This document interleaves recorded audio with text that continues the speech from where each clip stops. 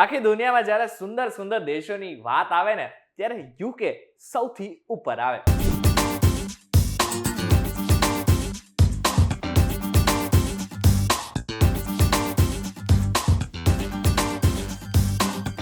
યુકેની ખાસ વાત એ છે કે ત્યાંની સુંદરતા એટલી મદમોહક છે કે કદાચ તમને પણ મોહી લે. હવે આ કદાચ તમારી પણ ઈચ્છા હશે કે તમારે ત્યાં ફરવા જવું છે, પરંતુ તમને ખબર નથી કે કઈ રીતના જવું. યુકેમાં ફરવું તો ફરવું કઈ રીતના, વિઝિટર વિઝા કેવી રીતના મેળવવા, ફીસ શું હોય છે, પ્રોસેસ શું હોય છે, નથી ખબર ને? તો અત્યારે અમારી સાથે એક એક્સપર્ટ છે જે તમારા બધા સવાલોના જવાબ આપશે. Hello, ladies and gentlemen. This is your captain speaking. We'll be landing in the airport in just a few minutes. What's up guys, welcome to Way to With Us and my name is Karan Charotra. અત્યારે અમારી સાથે જે guest છે એમનું નામ છે નિરાલી પટેલ, જેઓ પોતે વર્ષોથી વિઝાને લગતા કામકાજો કરે છે. સો નિરાલી, સૌથી પહેલા તો VTVGujarati.com પર તમારું ફરી એકવાર સ્વાગત છે. Thank you. જેટલા બી આપણે વિડીયોઝ બનાવ્યા છે ઘણા ચાલ્યા છે, એમાં પણ ગયા વખતનો જે વિડીયો હતો એ પણ ખૂબ જ ચાલ્યો છે. ફરી એકવાર એક પ્રશ્ન આવ્યો છે યુકેના વિઝિટર વિઝા. પરંતુ સૌથી પહેલા પ્રશ્ન થાય કે વાય યુકે ફરવા માટે લોકોને યુકે શા માટે ગમતું હોય છે? યુકે 3 વસ્તુઓને લઈને ખૂબ જ ફેમસ છે. જેમ તમે હમણાં વાત કરી એમ સિનરી, એક ત્યાંના હિસ્ટોરિકલ મોન્યુમેન્ટ્સ, પેલેસીસ, ત્યાંના સિટીઝ અને ત્યાંની લાઇફસ્ટાઇલ. ફેશન જેવું યુકેમાં છે એવું કદાચ બહુ ઓછી જગ્યાઓમાં છે. સો આ 3 વસ્તુઓને લઈને યુકે ફેમસ છે અમંગ્સ પીપલ. તો આ જે વિઝિટર વિઝા છે ઇઝીલી મળી જાય, ઝડપથી મળી જાય? ઝડપથી મળે છે, દેટ ઇઝ ટ્રુ. 2 કે 3 અઠવાડિયા maximum you have to weight for your visa. Official timeline છે 20 ડેઝનો, પણ યુઝ્યુઅલી એટલું બધું બી વેઇટ નથી હોતું. 15 થી 20 દિવસ ગણી શકો તમારા વિઝા આવવામાં. તો વિઝિટર માટે સૌથી પહેલા અપ્લાય કઈ રીતના કરવાનું છે, પ્રશ્ન જે છે? અપ્લાય કરતા પહેલા બી કરણ એક વસ્તુ પહેલા જે પણ ફરવા જતું હશે એમને ધ્યાનમાં રાખવાની આવે છે કે ક્યાં ફરવા જાઓ છો અને કઈ કઈ વસ્તુઓ ઇન્ક્લુડ કરવી છે, જેને આપણે કહીએ છીએ આઇટેનરી. એક પ્લાન બનાવી લો કે તમારે કયા દિવસે શું કરવું છે, શું નહીં, ક્યાં ક્યાં ફરવા જવું છે. આઇટેનરી તૈયાર હશે કે આ ડેટથી આ ડેટ ફરવું છે, આટલી આટલી જગ્યાઓ કવર કરવી છે. એની સાથે તમારા ડોક્યુમેન્ટ્સ તૈયાર કરી લો. ડોક્યુમેન્ટ્સની જોડે જોડે એક ઓનલાઈન એપ્લિકેશન ફોર્મ આવે છે, ફોર્મ ડાઉનલોડ કરી દો, ફોર્મને ભરી દો. બેકઅપમાં વસ્તુઓ રેડી કરવા માટે એ લોકો એક ડોક્યુમેન્ટ ચેકલિસ્ટ આપ્યું છે. આ બધું જ ચેકલિસ્ટની જોડે તમારે રેડી કરીને અમદાવાદમાં રહો છો તો અમદાવાદ VAC, હવે વિઝા એપ્લિકેશન સેન્ટર ઇન્ડિયાના અલગ અલગ સ્ટેટ્સના અલગ અલગ સિટીઝમાં આવેલા છે. તો અમદાવાદની વાત કરીએ તો અમદાવાદ VACમાં જઈને તમારે આખી કિટ સબમિટ કરી આવવાની હોય. સબમિટ કરશો ત્યાં આગળ જઈને એની પહેલાં એ અલાઉન્સ તમને મળશે એની અપોઇન્ટમેન્ટ લઈને. અપોઇન્ટમેન્ટ વગર તમે ડિરેક્ટલી વિઝિટ નહીં કરી શકો. સો tech appointment, book the date and then go for submission of your documents with the application form. ત્યાં આગળ જઈને તમારે ફીસ પે કરવાની આવશે. 13,000 INR જેવી અમાઉન્ટ એક્સપેક્ટ કરી શકો છો. 13? Yes, 1313. Yes. Okay, right. Technically અગર આજના દિવસની વાત કરીએ તો rate of today is 105 Indian rupees around for 1 GBP pounds.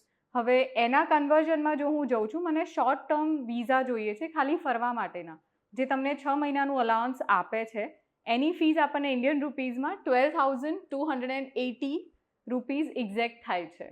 Okay, તો હવે જ્યારે અપ્લાય કરીએ ત્યારે ખાસ કોઈ વસ્તુનું ધ્યાન રાખવાનું છે? Major it ease of your documents, તમારો ટ્રાવેલ પ્લાન, ત્યાં જઈને શું કરો છો શું નહીં. હવે ડોક્યુમેન્ટ્સ જ્યારે મૂકો છો તમે ત્યાં આગળ આવે વાત જેન્યુનિટીની. ડોક્યુમેન્ટ્સ રિયલ હોવા જોઈએ. પાસપોર્ટ છે તો એટલીસ્ટ 6 મહિના હજુ વેલિડ હોય એવો હોવો જોઈએ. મિનિમમ 2 પેજીસ સ્ટીકર માટે અવેલેબલ હોય એવું રાખવું પડે, પછી તમે વિઝા અપ્લાય કરી શકો છો. આ બધામાં તમે ડોક્યુમેન્ટ્સની વાત કરી. હવે એવા કયા કયા ડોક્યુમેન્ટ્સ છે કે જે એકચ્યુઅલમાં એના વગર તમે યુકેના વિઝિટર વિઝા માટે અપ્લાય જ ના કરી શકો? સૌથી પહેલાં તો પાસપોર્ટ જોઈશે, જેમ આપણે આગળ વાત કરી એવી રીતે વેલિડ પાસપોર્ટ હશે જે તે પણ નેશનાલિટી તમારી છે એના એકોર્ડિંગ. સેકન્ડ પર તમારી પર્સનલ લાઈફ. હવે તમે એક સ્ટુડન્ટ છો, ભણો છે ક્યાંક ને ક્યાંક કોઈના કોઈ કોલેજ કે સ્કૂલમાં, તો એજ્યુકેશનલ ડોક્યુમેન્ટનું એક સર્ટિફિકેટ મૂકી દો જે પ્રૂવ કરે કે તમે રિયલ સ્ટુડન્ટ છો. તમે એક વર્કિંગ ક્લાસમાં બિલોંગ કરો છો તો તમારા IT રિટર્ન્સ હોય, પે સ્લિપ્સ છે, તમારા ઓફિસના ડોક્યુમેન્ટ્સ છે કે એ બધી વસ્તુઓ લાગુ પડે. ઇફ યુ આર હાઉસવાઈફ કે નોર્મલ હોમમેકર છો તો પછી કોઈ ડોક્યુમેન્ટ્સની જરૂર નથી, કારણ કે તમે કોકની સાથે જઈ રહ્યા છો. એકલા જવું છે તો પછી તમારી પાસે ફંડના ડોક્યુમેન્ટ્સ જોઈએ. ફંડના documents in the sense of bank statements કહી શકો. યસ. બીજું કોઈ પણ ફંડના ડોક્યુમેન્ટ્સ ચાલે. કોઈ બી ફેમિલી અથવા સિંગલ પર્સન જ્યારે ફરવા જતું હોય તો એમને એવું પ્રૂફ કરવું પડે કે મારી પાસે એટલા પૂરતા રૂપિયા છે જેનાથી મેં જેટલો પ્લાન કર્યો છે એટલો ફરી શકું, યુઝ કરી શકું એ રૂપિયાનો, એ તમે લિક્વિડ બતાવી શકો છો. લિક્વિડ અમાઉન્ટ્સ તમે બેંક અકાઉન્ટ લઈ લો, તમારા સેવિંગ્સ હોય કે કરંટ. સેકન્ડ પર તમે જોઈ શકો કે તમારી પાસે ફિક્સ ડિપોઝિટ કરેલી પડી છે, તો એફડીઝ ગણાય છે. હવે આ બધું જ્યારે તમે ટોટલ કરશો, ઓબ્વિયસલી લિક્વિડનો મતલબ એ છે કે તમે એ વસ્તુ, એ અમાઉન્ટનો યુઝ કરી શકો, તમને જ્યારે કરવો હોય ત્યારે રેડી હોવી જોઈએ. કોઈ LIC પડી છે તો ડિરેક્ટલી તમે એવું ના કહી શકો કે હું મારી પોલિસી વટાઈ લઈશ અને મારે આમાંથી ફરવા જવું છે. That is but natural. So હા, લિક્વિડ અમાઉન્ટ તમારી પાસે હોવું જોઈએ, જેમાં અમે પ્રિફર કરતા હોઈએ કે તમે બેંક સ્ટેટમેન્ટ્સ બતાવો. બેંક સ્ટેટમેન્ટ બતાવો છો તો એવું ટ્રાય કરો કે તમે 3 થી 6 મહિના જૂનું બતાવો, સો એ તમારી સસ્ટેનેબિલિટી દેખાય. સામેવાળી ગવર્મેન્ટને તમારા પર ટ્રસ્ટ આવે કે હા, આ ફંડ આમનું જ છે અને એમને સાચવેલું છે. આ જ ફંડ એ છે જે ત્યાં લઈ જવાના છે ને વાપરવાના છે.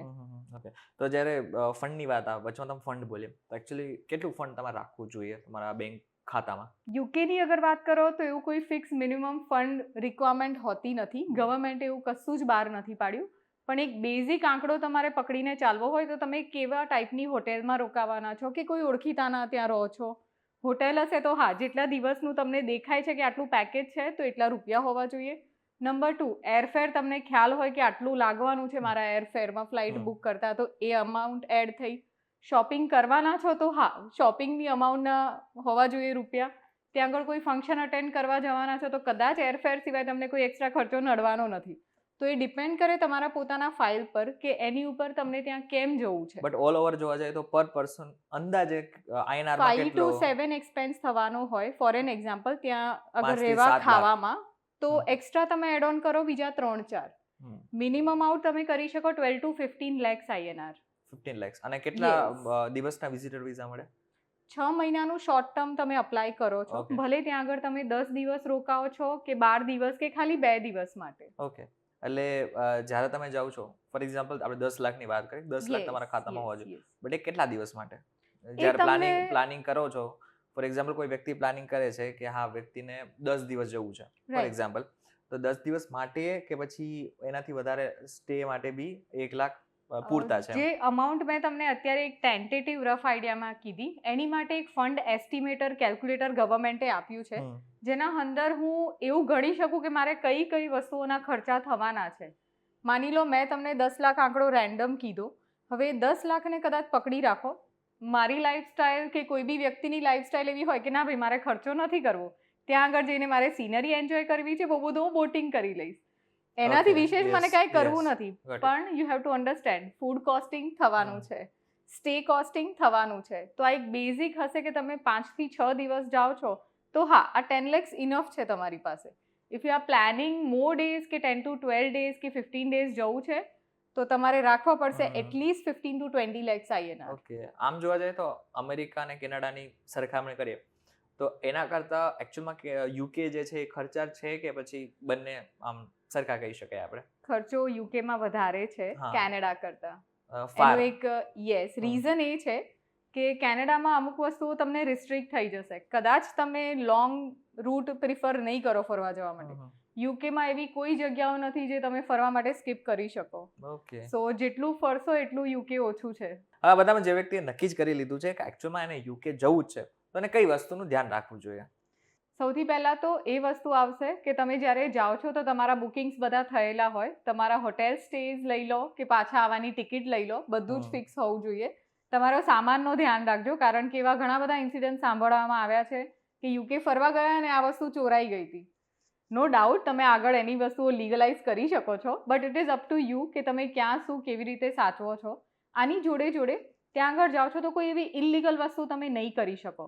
લાઈક તમે અગર વિઝિટર વિઝા ખાલી ફરવા માટેના લીધા છે, જેને આપણે લીઝર કહીએ છીએ, તો તમે ફર્યા સિવાય કોઈ કામ ના કરો. એવું નહીં કે પાર્ટ ટાઈમ જોબ કરી લીધી કે કેશમાં જોબ કરી લીધી કે કંઈક સર્ટિફિકેશન ભણવા જતા રહ્યા એડમિશન વગર, એ બધું ના કરો. ડિપોર્ટ બી થઈ શકે આના લીધે. Yes, right. અને બની શકે કે જેલવાસ બી ભોગવવો પડી શકે છે. કહી શકીએ પણ એવું ઓફિશિયલી બહાર નથી, એટલે એ પણ થઈ વસ્તુ શકે છે. હવે જ્યારે અમેરિકાની વાત કરવામાં આવે તો અમેરિકામાં એકચ્યુઅલમાં તમારે ફરવું હોય ને તો વિઝિટર વિઝા ઉપર તમારે ઇન્ટરવ્યુ દેવાની જરૂર પડે છે. યુકેમાં આ પ્રકારની કોઈ જરૂર છે ઇન્ટરવ્યુની? ના, યુકેમાં કોઈ રિક્વાયરમેન્ટ નથી ઇન્ટરવ્યુની. પણ અગર ગવર્મેન્ટને ડાઉટ જાય છે તમારા પર તો એ ઓબ્વિયસ છે, ફ્રીડમ ગવર્મેન્ટ પાસે જ છે ઇન્ટરવ્યૂ કરવું હશે તો એ તમને રિક્વેસ્ટ મોકલશે અને હા. તમારે ઇન્ટરવ્યૂ આપવું પડશે. હજી એક ક્વેશ્ચન, એવો કોઈ કારણ છે કે જેના કારણે વિઝા રિજેક્ટ થઈ શકે? હા, જેમ આપણે વાત કરી ધ્યાન રાખવાવાળા ડોક્યુમેન્ટ્સ ઇનસાઇડ વિઝા એપ્લિકેશન, હવે એ જ વસ્તુ અહીંયા લાગુ પડે છે. અગર તમારા ડોક્યુમેન્ટ્સમાં કોઈ ફોર્જરી હશે કે કંઈ બી, તો ઓબ્વિયસ છે તમે એવું ક્લેમ ના કરી શકો કે મને વિઝા કેમ ના આપ્યા. તમારી ભૂલ છે એટલે એ વસ્તુ તમારા પર આવી છે.